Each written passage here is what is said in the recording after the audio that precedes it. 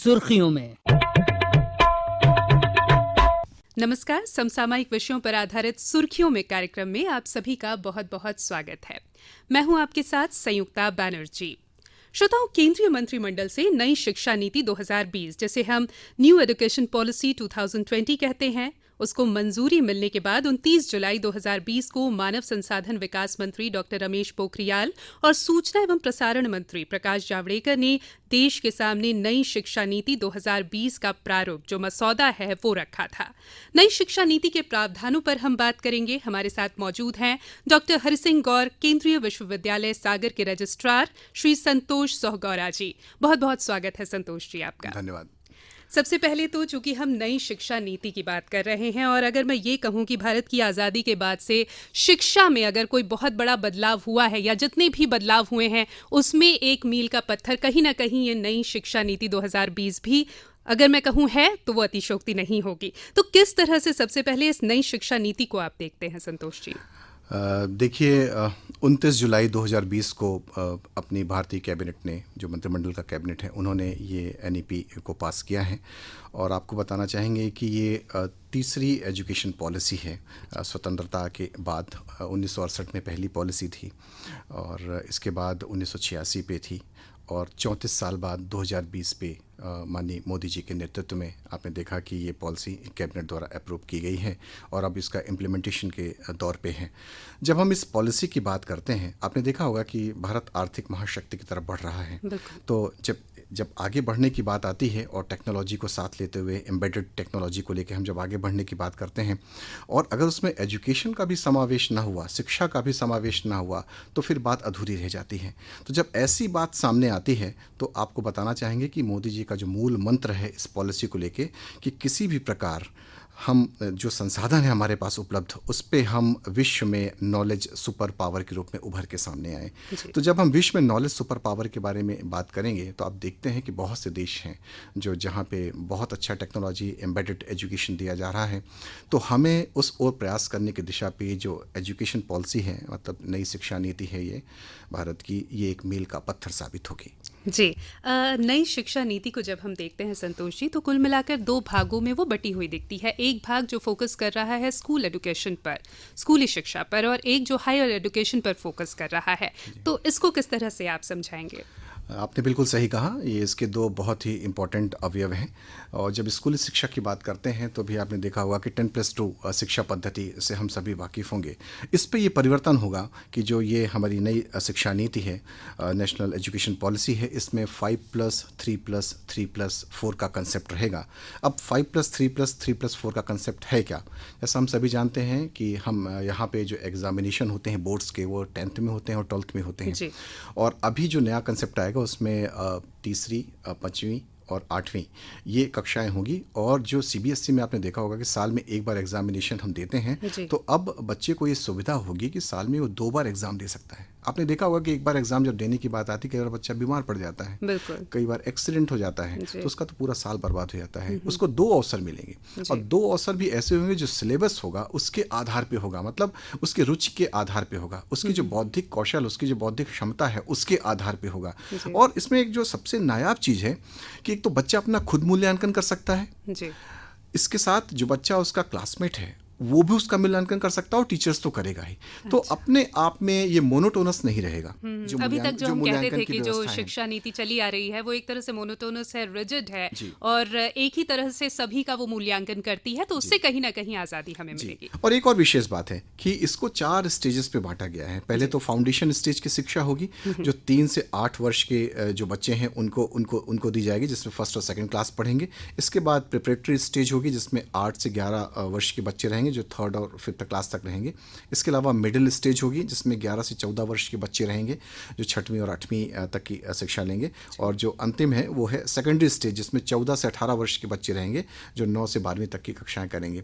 एक जो इसमें सबसे विशेष बात है आपको बताना चाहेंगे जो अभी तक नहीं थी, क्या होता था, लैंग्वेज अभी तक थोप दी जाती थी। जैसे कि कोई कॉन्वेंट में पढ़ रहा है उसको अंग्रेजी में पढ़ना अनिवार्य है। हिंदी द्वितीय लैंग्वेज है, तृतीय लैंग्वेज है। अब देखिए कि हम सभी जानते हैं कि जो बच्चे का बौद्धिक विकास होता है वो 3 से 6 वर्ष की आयु में बहुत ज़्यादा होता है, बहुत बात करता है, बहुत क्यूरियोसिटी होती है, जानने का प्रयास करता है। अब आप सोचिए कि अगर इंग्लिश भाषा में है, घर में उसके हिंदी भाषा बोली जाती है, मातृभाषा है या डायलैक्ट है, तो ये इसमें प्रोविजंस हैं कि वो अपनी क्षेत्रीय भाषा में ही वो शिक्षा हासिल कर सकते। बिल्कुल, और मातृभाषा को लेकर काफी प्रावधान इस बार नई शिक्षा नीति में किए गए। बिल्कुल, आपने सही कहा। और अगर बच्चा चाहे तो वो 8वीं तक भी अपनी वो शिक्षा मातृभाषा में ले सकता है। जो दूसरी विशेष बात ये है जो इसमें, और आप देखेंगी कि अभी तक कोठारी आयोग की एक रिपोर्ट थी, उसके अनुसार हम लोग 10वीं के बाद वोकेशनल स्टडी की हम बात करते थे। अब बच्चे के साथ ये है कि वो 6वीं से ही वोकेशनल कोर्स कर सकता है। यदि देखिए, मैं आपको बताऊं, इसको एक उदाहरण से समझाऊं कि जैसे इंजीनियर होता है, उसको सुपरवाइजर्स की जरूरत पड़ती है, ओवरसियर्स की जरूरत पड़ती है, ड्राफ्ट्समैन की जरूरत पड़ती है, डॉक्टर को नर्सेस की जरूरत पड़ती है, और मशीन ऑपरेटर्स की चाहिए, जैसे कि सीटी स्कैन ऑपरेटर है, टेक्निकल जो पोस्ट होती हैं।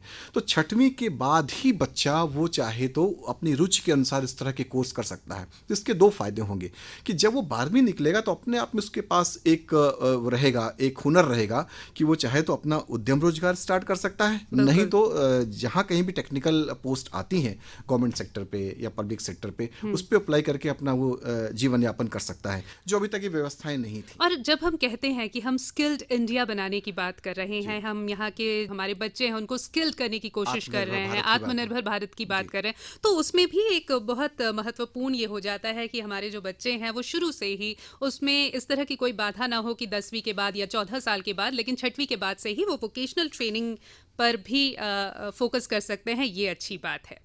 अब आपने जो हायर एजुकेशन की बात की, तो हायर एजुकेशन में भी इसमें आमूलचूल परिवर्तन आपको देखने को मिलेंगे।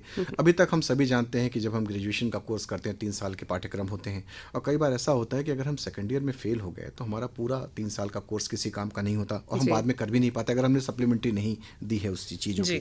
तो इसमें एक नया आयाम सामने आया है कि अगर बच्चा अपनी पसंद का इंटरडिसिप्लिनरी कोई बैचलर्स डिग्री ले रहा है, और अगर उसने फर्स्ट ईयर पास कर लिया है तो उसको सर्टिफिकेट की एक डिग्री मिल जाएगी, उसके पास सर्टिफिकेट कोर्स की एक डिग्री हो जाएगी। और अगर उसने सेकंड ईयर पास कर लिया है तो डिप्लोमा कहलाया जाएगा, कि उसने डिप्लोमा उसको मिल जाएगा, क्योंकि डिप्लोमा भी अलग से करना पड़ता है, सर्टिफिकेट कोर्स करना पड़ता है।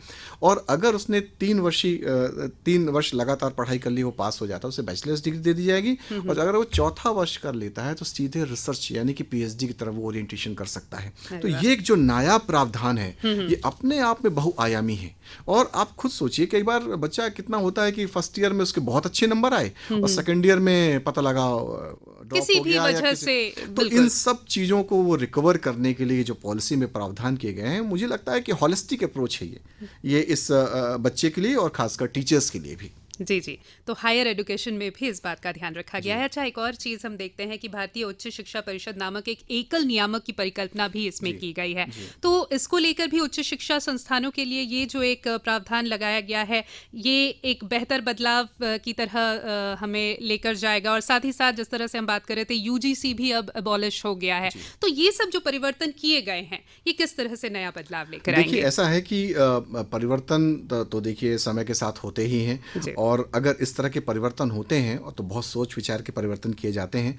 तो जैसा आपने सही कहा कि higher education council of India के गठन की बात चल रही है, तो इसमें AICTE, आप सभी जानते हैं कि टेक्निकल एजुकेशन के लिए रिस्पॉन्सिबल अथॉरिटी है, रेगुलेटरी अथॉरिटी है, और UGC होती है जो हायर एजुकेशन यानी कि जो यूनिवर्सिटीज़ हैं, जो कॉलेजेस हैं, जो डीम्ड टू बी यूनिवर्सिटीज़ हैं, उसको ये रेगुलेट करती हैं। और इसी प्रकार NCTE है जो टीचर्स एजुकेशन को होते हैं, BEd के कोर्सेज वगैरह कराते हैं। तो अभी इन सब का स्वरूप को परिवर्तन करके एक ही बॉडी रहेगी, रेगुलेटरी बॉडी, उसका नाम होगा higher education council of India.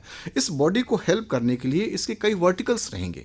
Verticals की आवश्यकता इसलिए पड़ती है कि जैसे कि मेडिकल और लीगल के एजुकेशन या जो कॉलेजेस हैं, इनको लेके, इनको बस छोड़कर बाकी ये सब चीज़ों पे अभी इम्प्लीमेंट होगा, ऐसा ये पॉलिसी कहती है। इसमें national higher education regulations council बनाया जाएगा। इसके अलावा नेशनल एग्रीडिएशन काउंसिल बनाया जाएगा, जो कि आपको मालूम है कि अगर एग्रीडिएशन में अच्छे स्टार्स नहीं हैं, ग्रेडिंग नहीं है, तो उसकी फाइनेंशियल जो मतलब हेल्थ है उसका पता लगता है, शायद रोक दी जाती फंडिंग इन सब बातों को लेकर। हायर एजुकेशन ग्रांट्स काउंसिल रहेगी जो फंडिंग के लिए और फाइनेंस के लिए रिस्पॉन्सिबल होगी। इसके अलावा जनरल एजुकेशन काउंसिल रहेगी जो लर्निंग आउटकम को देखेगी, जैसा कि एनसीटी किया करती थी। और एक और बड़ी बात आपको बता दें जो इसमें कंसेप्ट है कि चूंकि हम ग्लोबल चैंपियन बनने की बात कर रहे हैं, सुपर पावर बनने की बात कर रहे हैं नॉलेज के क्षेत्र पे, तो आपने देखा होगा कि बहुत सी रैंकिंग्स होती हैं, उस पर हमारे देश का भी नाम रहता है, बहुत से कॉलेजेस और बहुत से यूनिवर्सिटीज़ का भी नाम होता है। इस पे ये भी प्रावधान किया गया है कि जो विश्व के टॉप 100 यूनिवर्सिटीज़ हैं रैंकिंग में, वो भी अपने कैंपसेस यहाँ खोल सकते हैं। तो देखिए प्रतिस्पर्धा कितनी रहेगी। और हम ये बताना चाह रहे हैं कि जो हमारा CBCS जो है, चॉइस बेस्ड क्रेडिट सिस्टम, जिसके आधार पे बच्चे को क्रेडिट्स अपने हिसाब से लेने की आज़ादी रहती है, तो ये वर्ल्डली एक्लेम्ड सिस्टम है स्टडी का। तो जब हम ग्लोबल कम्पीट करने की बात करते हैं, सुपर पावर बनने की बात करते हैं, तो प्रतिस्पर्धा से हमें कोई डर नहीं है। और हमारे पास प्रतिभाएं हैं, और इससे मुझे नहीं लगता कि मतलब आने वाले समय पे, क्योंकि अभी जो हमारे निशंक जी हैं जो कि माननीय एजुकेशन मिनिस्टर हैं, उनका ये कहना है study in India stay in India, मतलब यहीं पढ़िए यहीं काम करिए। अभी तक प्रतिभा पलायन होता था। जी, उस पर भी मैं आऊंगी। ब्रेन ड्रेन जो है हमेशा से भारत की एक बहुत बड़ी समस्या रही है कि यहाँ पे प्रतिभा की कोई कमी नहीं है। जैसा कि आपने कहा, प्रतिभा को ट्रेन भी किया जाता है, लेकिन ट्रेन होने के बाद कहीं ना कहीं ब्रेन ड्रेन हो जाता है, पलायन हो जाता है, विदेशों में वो जाते हैं और वहाँ के लिए काम करते हैं। तो उसको भी कहीं ना कहीं रोकने में नई शिक्षा नीति कारगर साबित होगी। बिल्कुल आपने सही कहा। देखिए ऐसा होता है, कई बार ऐसा है कि जैसे रिसर्च की अच्छी फैसिलिटीज़ नहीं होती हैं कॉलेजेस में, यूनिवर्सिटीज़ में, तो लोग यहाँ से एलिमेंट्री एजुकेशन की शिक्षा लेते हैं, फिर जो मिनिमम स्टैंडर्ड की होती है पीजी और यूजी करने के बाद वो बाहर के देशों पे चले आते हैं, क्योंकि वहाँ पे सिस्टम्स अच्छे हैं, वहाँ पे सुविधाएं अच्छी हैं, अंडर वन रूफ आपको सभी इक्विपमेंट्स मिल जाते हैं। तो इससे और सोफिस्टिकेटेड इंस्ट्रूमेंट्स मिल जाती है, मतलब state of the art facilities होती हैं, लेबोरेटरीज होती हैं। तो जब ये सुविधाएं मिलती हैं तो उससे रिसर्च में एक निखार आता है, और एक अच्छे रिसर्च की बात हम करते हैं। ये सभी सुविधाएं NEP पे हैं जो कि यहाँ पे हैं। तो मुझे नहीं लगता कि ये सुविधाएं जब इन सबको यहाँ मिलेंगे तो कोई विदेश क्यों जाना चाहेगा। बहुत से ऐसे उदाहरण हैं जो विदेश से लौट रहे हैं लोग और अपने देश पे काम कर रहे हैं, और ब्रेन रीगेन हो रहा है, और ग्लोबल ऑफिस चला रहे हैं चेन्नई से, केरल से। बहुत से ऐसे उदाहरण आपने देखे होंगे कि हब बन गया है। तो एजुकेशन हब की जो कल्पना है माननीय मोदी जी की, वो निश्चित रूप से साकार हो रही है इस NEP के माध्यम से। जी संतोष जी, आपने रिसर्च का भी जिक्र किया, और नई शिक्षा नीति के अलग अलग प्रावधानों को जब हम पढ़ते हैं तो नेशनल साइंस फाउंडेशन की तर्ज पर नेशनल रिसर्च फाउंडेशन लाई जाएगी, और इससे पाठ्यक्रम में विज्ञान के साथ सामाजिक विज्ञान को भी शामिल किया जाएगा। एक कहीं ना कहीं बहुत अच्छा अप्रोच NEP 2020 में दिखा, और वो ये कि साइंस पर जोर दिया गया है, रिसर्च पर जोर दिया गया है, और कहीं ना कहीं इससे जो एक लॉजिकल रीजनिंग हम कहें वो बेहतर होगी बच्चों की। तो इसे किस तरह से आप देखते हैं? देखिए इसमें आपको एक मैं नया कंसेप्ट बताना चाहता हूँ कि आप जितने भी नोबेल प्राइज देखिए, जिन भी साइंटिस्ट को मिलते हैं, तो इंटरडिसिप्लिनरी अप्रोच होती है। वो दिन बहुत लद गए जब ये होता था कि सिर्फ मैथमेटिक्स को लेके ही मिलेगा, little bit of mathematics in little bit of physics, मतलब ये कंसेप्ट चल रहा है। बायोलॉजी भी चाहिए रिसर्च करने के लिए, तो केमिस्ट्री भी चाहिए। उनकी जो छोटी छोटी अलग अलग स्ट्रीम्स हैं जो इंटरमिंगल्ड हैं कहीं ना कहीं। अगर इंटरमिंगल्ड अगर हम किसी भी रिसर्च को करते हैं तो उसके आउटपुट्स अच्छे होते हैं।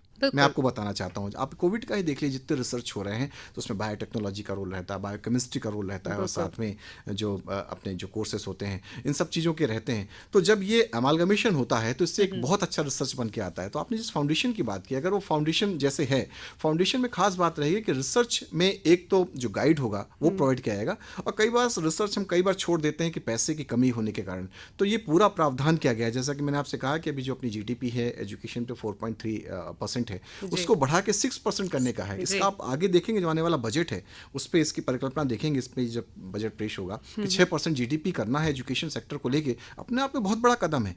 और अगर आप और आगे जाएं तो देखिए कि जो ग्रॉस एनरोलमेंट रेशियो है, जिसे हम ड्रॉप आउट्स की बात करते हैं, वो 100% लाने का लक्ष्य, 100% लाने का 2030 तक का है उसके लिए, स्कूल एजुकेशन के लिए, और 2035 में 50% तक लाने का हायर एजुकेशन के लिए। तो आप सोचिए कि जब लाखों लाखों बच्चे होंगे, यही बच्चे तो 15 साल आगे निकल कर कॉलेज में जाएंगे, तो उसके लिए मुझे नए नए कॉलेजेस चाहिए, नए नए स्कूल इक्विपमेंट्स चाहिए, साथ में फंडिंग चाहिए। और टीचर्स चाहिए, तो इन सब के प्रावधान किए गए हैं अपने एनईपी पे। अच्छा, 3 जो बातें अभी आपने की उनको एक-एक करके मैं और ज़्यादा क्लैरिफाई करना चाहूँगी। एक आपने बात की सकल घरेलू उत्पाद के अब 6% या 6% हिस्से के सार्वजनिक व्यय का लक्ष्य रखा गया है नई शिक्षा नीति के अंतर्गत। तो इसको लेके आपसे मैं ब्रॉडर व्यू में जानना चाहूँगी। एक तो जब भी हम पैसों की बात करते हैं, व्यय की बात करते हैं, बजटिंग की आपने बात की कि बजट भी अभी आने वाला है, तो ऐसे में पैसे कहाँ से आएंगे? क्योंकि जो भी अवधारणा यहाँ पर की गई है, जो प्रावधान रखे गए हैं, वो बहुत वाइड है, वास्ट है, जायजेंटिक है, लेकिन कहीं ना कहीं पैसों की भी तो ज़रूरत है। देखिए, ऐसा है, इसमें बहुत सी मिनिस्ट्रीज का कोलैबोरेशन रहेगा। जैसा कि आपको मालूम है, मैं एचआरडी नहीं बोलूंगा, एमएचआरडी, बिकॉज इसका भी नाम एनईपी पे चेंज करके मिनिस्ट्री ऑफ एजुकेशन कर लिया है। इस पे बहुत सी जो सरकार के अन्य मंत्रालय हैं, जैसे मिनिस्ट्री ऑफ फाइनेंस हुआ, इसके अलावा जो स्मॉल स्केल इंडस्ट्रीज के मंत्रालय हैं, इसके अलावा कपड़ा मंत्रालय है, जितने मंत्रालय हैं, ये सब के बिल्कुल सहयोग से इन सब चीज़ों पे हम पूरा अपना फोकस कर पाएंगे। और रही जब पैसों की बात, बहुत सी फंडिंग्स हैं स्पेशल रूप से। देखिए, ऐसा कहा जाता है कि जो रक्षा का बजट होता है उसके बराबर बजट होना चाहिए एजुकेशन का, ठीक है, उस ओर भी हम बढ़ रहे हैं। बिकॉज देखिए, और ये भी कहा जाता है कि अगर शिक्षा का बजट बढ़ेगा तो रक्षा बजट की शायद उतनी जरूरत ना पड़ेगी। ये एक बिल्कुल सही, बहुत ही ब्रॉडर वे में ये कहा जरूर जाता है, एक फिलॉसफी जरूर है, लेकिन हाँ, कहीं ना कहीं धीरे धीरे छोटे छोटे कदमों से ही सही पर हम वहां तक पहुंच सकते हैं। और इसके अलावा आपने ये भी कहा कि जो ड्रॉप आउट रेशो है वो एक बहुत बड़ी समस्या भारत की रही है। बच्चे एनरोल तो हो जाते हैं लेकिन फिर ड्रॉप आउट हो जाता है। तो अब इसमें ये प्रावधान जिस पर आपने बात भी की कि ग्रॉस एनरोलमेंट रेशो GER जो है वो 100% लाने का लक्ष्य इसमें रखा गया है। तो इस पर किस तरह से काम होगा? क्योंकि ड्रॉप आउट रेशो का जो वजह है, जो रीजन है, जो बैकग्राउंड है, वो तो अभी भी बना ही हुआ है। देखिए, रीजन तो इसके बहुत सारे से कारण हैं। कई बार होता है कि एक तो स्कूल बहुत दूर है जी। दूसरा विशेष कारण है कि इतना आर्थिक रूप से संबल होते नहीं है जो अपने ग्रामीण इलाके में हमारे जो रहते हैं नागरिकगण, तो अपने बच्चों को। तो तीसरा अवेयरनेस का बहुत बड़ा वो रहता है। मैं आपको बताना चाहूँगा कि जब अपनी क्षेत्रीय भाषा में शिक्षा की बात आएगी, जब हम देने की बात करेंगे, तो माता पिता सोचेंगे कि अपनी भाषा में शिक्षा दे रहे हैं और अपने ही आंगनबाड़ी पे शिक्षा देनी है, तो क्यों ना भेजें। दूसरा भी आपने देखा होगा कि मध्याह्न जो मील का चलता है, इस पे भी एक नया कंसेप्ट है कि एक स्ट्रेंथ पावरफुल एक ब्रेकफास्ट देने का भी है। तो जब ब्रेकफास्ट की सुविधा भी बच्चों को मिलेगी और न्यूट्रिशन से भरपूर होगा तो बच्चा आकर्षित होगा। इसके अलावा मैंने आपसे कहा कि उसमें बच्चे को बहुत ज़्यादा पढ़ाई नहीं, मतलब फंडामेंटल एजुकेशन की हम बात कर रहे हैं, वो खेलेगा। ऐसा है कि खेलने को अब एक्स्ट्रा कोकरिकुलर एक्टिविटीज़ के विशेष हम लोग ध्यान नहीं देते थे, लेकिन अब हफ्ते में एक दिन ये स्पेशल क्लास होगी म्यूजिक की, इन सब चीज़ों की। तो जब ये सब चीज़ें होगा तो बच्चा अपने आप आकर्षित होगा, और उससे बड़ा है कि उनके जो अभिभावक हैं वो भी आकर्षित होंगे। अपने बच्चे को भेजो, और जब देखेंगे 6वीं लेवल पे ही कोई वोकेशनल कोर्स कर रहा है, उद्यम रोजगार मिल सकता है, तो बच्चे को अपने आप ही भेजेंगे। तो मुझे लगता है कि ऐसी दिक्कत नहीं आएंगे, ड्रॉप आउट्स अपने आप कम होगा। जी। अच्छा, एक जो सबसे बड़ा बदलाव किया गया नई शिक्षा नीति में वो ये, जैसा कि हमने जिक्र भी किया, कि मानव संसाधन प्रबंधन मंत्रालय का नाम जो है अब शिक्षा मंत्रालय कर दिया गया। और कितनी अच्छी बात है। शायद बहुत सालों से हम सोच रहे थे, कर नहीं पा रहे थे कि हम बात जिस मंत्रालय के पास पूरी जिम्मेदारी शिक्षा की है, उसका नाम अब जब शिक्षा मंत्रालय हो गया है तो कहीं ना कहीं एक जुड़ाव भी लोगों का बढ़ गया है। नहीं तो पहले लगता था कि शिक्षा आखिर किस मंत्रालय के पास है, वो एक जो डाउट था वो भी क्लियर हो गया। तो ये जो छोटी छोटी बातें जो इस तरह से शायद बहुत बड़ा एक रोल ना प्ले करती हो बदलाव का, लेकिन फिर भी लोगों के साथ एक जुड़ाव महसूस करवा रही है। आपने बिल्कुल सही कहा। देखिए, पहले भी एचआरडी मिनिस्ट्री का नाम शिक्षा मंत्रालय ही था जी। और बीच में ये चेंज किया गया जब राजीव गांधी जी की सरकार थी। तो देखिए, ऐसा है कि जब ये एनईपी का जो ड्राफ्ट था, जब ये पब्लिक डोमेन पे जब इसके बारे में बात की गई, तो आपको बता दें कि ये कंपोजिट ड्राफ्ट रहा है। इस पे ग्राम पंचायत से भी, जिला पंचायत से, डिस्ट्रिक्ट से, सबसे इन्वाइट किए गए थे सजेशंस। उन सब सजेशंस को इनकॉर्पोरेट करके किया गया था। तो सबने ये बात बोली कि ह्यूमन रिसोर्स जो डिपार्टमेंट शिक्षा मंत्रालय से कोई तालमेल नहीं बैठता, तो उसको सरकार ने, जो ड्राफ्टिंग कमेटी के जो कस्तूरी रंगन साहब, उनने उन सब चीज़ों को देखा, उनकी कमेटी ने, और इसको फिर से शिक्षा कर दिएगा कि जिससे कि एक बिल्कुल एक पिन पॉइंटेड अप्रोच रहे और हम आगे बढ़ पाएं। इसीलिए सब मंत्रालय का नाम शिक्षा मंत्रालय किया गया है। जी। संतोष जी, मैं ये भी आपसे जानना चाहूंगी, चूंकि आपने गहन अध्ययन किया है नई शिक्षा नीति को लेकर, अलग अलग प्रावधानों को आप अच्छे से समझते हैं, उनके क्या कंसिक्वेंसेस होंगे, क्या परिणाम होंगे, ये भी आप देख पा रहे होंगे। कौन कौन सी खास बातें उसमें आपको लग रही है? जो हमने चर्चा की वो तो की, उसके अलावा कौन कौन सी ऐसी बातें हैं जो आपको खास तौर पर आकर्षित करती हैं? देखिए, ऐसा है कि अभी हम ये देख रहे थे कि जब हम यूनिवर्सिटीज़ की बात करते थे तो उनके साथ करीब नहीं तो 1000, कभी 200, 400 इतने एफिलिएटेड कॉलेज होते थे और यूनिवर्सिटी का पूरा जो समय था वो जाया होता था एग्जामिनेशन कंडक्ट कराने पे। तो इस पे जो हमारी परिकल्पना थी जो सरकार की थी कि सेंटर ऑफ एक्सीलेंस के रूप में यूनिवर्सिटीज़ को डेवलप करेंगे, वो साकार नहीं हो पा रही थी। तो एक शिफ्ट होगा। जो महाविद्यालय हैं अगर वो अच्छा प्रदर्शन कर रहे हैं तो आपको बता दें शिक्षा नीति पे है कि उनको ऑटोनॉमी दी जाएगी। उस ऑटोनॉमी के तहत वो अपनी डिग्री खुद दे सकते हैं। दूसरा, अगर बहुत अच्छा प्रदर्शन नहीं कर पा रहे हैं, फंडिंग कमी है, तो उनको अतिरिक्त फंडिंग दी जाएगी। लेकिन अगर उनका बहुत अच्छा रिजल्ट नहीं है तो जो रेगुलेटरी बॉडीज उसे बंद भी कर सकती हैं। तो ये एक प्रावधान है। क्वालिटी पर अब ध्यान देना ही होगा। क्वालिटी एजुकेशन पर ध्यान हो रहा है। दूसरा, आपने देखा होगा जो टीचर्स होते हैं वो रीढ़ होते हैं और टीचर्स ही भविष्य निर्माता होते हैं। और आप अच्छी तरह जानती हैं कि जो आने वाला दशक है वो पूरे विश्व में सबसे ज़्यादा युवा भारत में रहेंगे और तीसरी महाशक्ति, आर्थिक महाशक्ति के रूप में भारत उभर रहा है। तो जब हम इन सब चीज़ों की बात करते हैं तो टीचर्स की जो एजुकेशन की क्वालिटी है उस पर बहुत ध्यान देने की आवश्यकता है। तो आप देखिएगा कि टीचर्स बनने के लिए जो एक बीएड का माध्यम है उस पर विशेष फोकस है। 4 साल का बीएड का कोर्स होगा, उसमें जो टीचर्स हैं वो एजुकेशन लेते समय ही प्रैक्टिकल सेशंस करेंगे। तो मुझे ऐसा लगता है कि बहुत ही हॉलिस्टिक अप्रोच रहा है इस पे, और जब इस तरह की अप्रोचेस रहेंगे तो उसका जो रिजल्ट होता है बहुत अच्छा आता है। जी संतोष जी, आप सागर यूनिवर्सिटी यानी डॉक्टर हरि सिंह गौर केंद्रीय विश्वविद्यालय के रजिस्ट्रार हैं और ये यूनिवर्सिटी मध्य प्रदेश ही नहीं पूरे देश के लिए एक अपने आप में एक उदाहरण है और कई बड़े बड़े लोग यहाँ से पास आउट हुए हैं जो आज बहुत अच्छा कर रहे हैं और मध्य प्रदेश में ख़ास तौर पर हम देखते हैं सबका कोई ना कोई जुड़ाव, कोई ना कोई लगाव सागर यूनिवर्सिटी से रहा ही है। तो यहाँ पर नई शिक्षा नीति को लेकर हालांकि अभी लागू नहीं हुई है लेकिन वो दौर तो है जहाँ पर तैयारियाँ हो रही हैं। तो किस तरह की तैयारी इस वक्त आपकी यूनिवर्सिटी में हो रही है? देखिए, ऐसा है कि कोविड का बहुत ही विषम दौर था और इस पर बहुत लोग, देखिए ऐसा है कि संवाद टूट गए, आमने सामने बैठ के बात नहीं कर पाते थे। लेकिन हम दूसरे शब्दों में कहें कि कोविड का सागर विश्वविद्यालय ने बहुत फ़ायदा भी उठाया है। इस दूसरे मायनों पे हम कह रहे हैं कि जितने भी हमारे वेबिनार्स हुए, हम लोगों ने एनईपी पे वेबिनार्स किए, उस पर हमारे टीचर्स की सहभागिता थी। देश और विदेशों से हम लोगों ने जोड़ के जो एक्सपर्ट्स कमेंट्स थे कि किसी भी प्रकार से, देखिए ऐसा इम्प्लीमेंटेशन तो अपने ही लेवल पे होना है, यूनिवर्सिटी लेवल पे होना है और इस पे स्टेट का बहुत बड़ा रोल रहेगा, यूनियन टेरिटरीज का रहेगा और सेंट्रल गवर्नमेंट का रहेगा। तो हम लोगों ने, बता दें आपको कि हम लोगों ने कीर्तिमान स्थापित किया है, इतने वेबिनार्स किए हैं, टेक्नोलॉजी का हम लोगों ने इतना ज़्यादा फायदा उठाया है इस कोविड के दौरान पे। तो अपने आप में जो चीज़ें हैं एनईपी में, ये सब इसी के पैरामीटर्स हैं। और अभी हम बताना चाहेंगे कि हमारे 2000 विद्यार्थी हैं, सेमेस्टर सिस्टम था जो गवर्नमेंट के आदेश है कि आपको एग्जाम कराना है। हम लोगों ने ब्लेंडेड मोड पे एग्जामिनेशन कराए हैं और सागर जैसे शहर पे, जहाँ मैं मानता हूँ कि कई बार के एंड्रॉयड फोन्स की उतनी उपलब्धता नहीं है बच्चों पे, लेकिन आप बता दें 99% बच्चों ने एग्जाम दिया ऑनलाइन ऑफलाइन मोड से और बहुत सक्सेसफुल रहा है। और ये बताते हुए मुझे बड़ी खुशी हो रही है कि इसमें हमारे जो टीचर्स हैं और इसके अलावा जो हमारे ऑफिसर्स हैं, जो कर्मचारी हैं, उन लोगों ने सब बिल्कुल एक समन्वित प्रयास था जिसके चलते हम सब चीज़ों पे कर रहे हैं। तो कहने का मतलब है कि जो सागर विश्वविद्यालय अपने आप में टेक्नोलॉजी एनेबल्ड यूनिवर्सिटी है और इस कोविड के दौरान तो और ज़्यादा हम लोग टेक्नोलॉजी एनेबल्ड हो गए। तो मुझे नहीं लगता कि इसको इम्प्लीमेंट करने में कोई दिक्कत जाएगी और हम लोग अग्रणी ही रहेंगे। और जैसा कि आप सभी जानते हैं कि ये विश्वविद्यालय मध्य प्रदेश का अग्रणी विश्वविद्यालय है, अपने आप में सबसे बड़ा विश्वविद्यालय है, स्वतंत्रता पूर्व का विश्वविद्यालय है, डॉक्टर हरि सिंह गौर जो महान दानवीर हैं उनका विश्वविद्यालय है।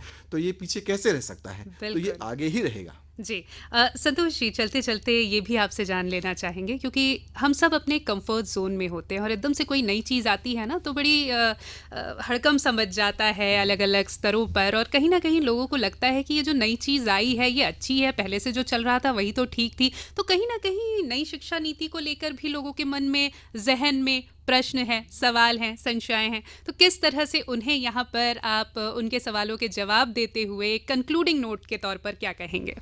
देखिए, ऐसा है कि अब जैसा कि ये परिवेश बदल रहा है तो हम सबको परिवर्तनशील होना पड़ेगा। तो मेरा तो ये कहना है कि how to learn is more important than what to learn. एक तो ये इम्पॉर्टेंट, मैं आपको एक पंचलाइन बता रहा हूँ।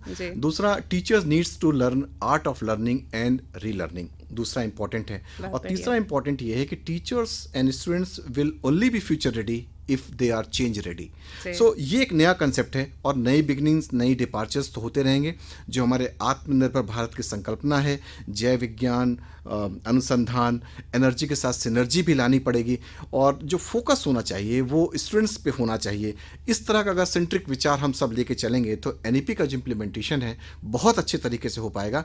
तो अब जो एग्जीक्यूटिव ऑर्डर्स हैं जैसे ही इम्प्लीमेंटेशन के आते हैं उस तरह हम सबको लगना पड़ेगा और इस पे सबका समन्वय प्रयास करेंगे, तब जाके हम ये जो भारत की परिकल्पना है हमारे माननीय मोदी जी की कि हम global knowledge, global super power बनेंगे, तब हम उसको साकार रूप कर पाएंगे। बिल्कुल, कहते भी है ना कि इन तंग गलियों में दौड़ना मुनासिब न सही, कदम कदम चलकर कर लेंगे मंजिल को हासिल। तो कदम कदम चलकर और बहुत अच्छे से मजबूती के साथ अपने कदम हम बढ़ाएंगे और सिर्फ देश ही नहीं पूरे विश्व में अपनी पहचान छोड़ेंगे। और कहीं ना कहीं यही उद्देश्य एनईपी 2020 यानी नई शिक्षा नीति 2020 का है। बहुत अच्छी बातचीत आपसे संतोष जी हुई, बहुत अच्छी जानकारी आपने दी। बहुत बहुत धन्यवाद आपका स्टूडियो में हमारे साथ जुड़ने के लिए। धन्यवाद। श्रोताओं, सुर्खियों में आज के लिए बस इतना ही। अगले हफ्ते फिर आपसे मुलाकात होगी एक नए विषय पर, नए विशेषज्ञों के साथ। तब तक के लिए नमस्कार। सुर्खियों में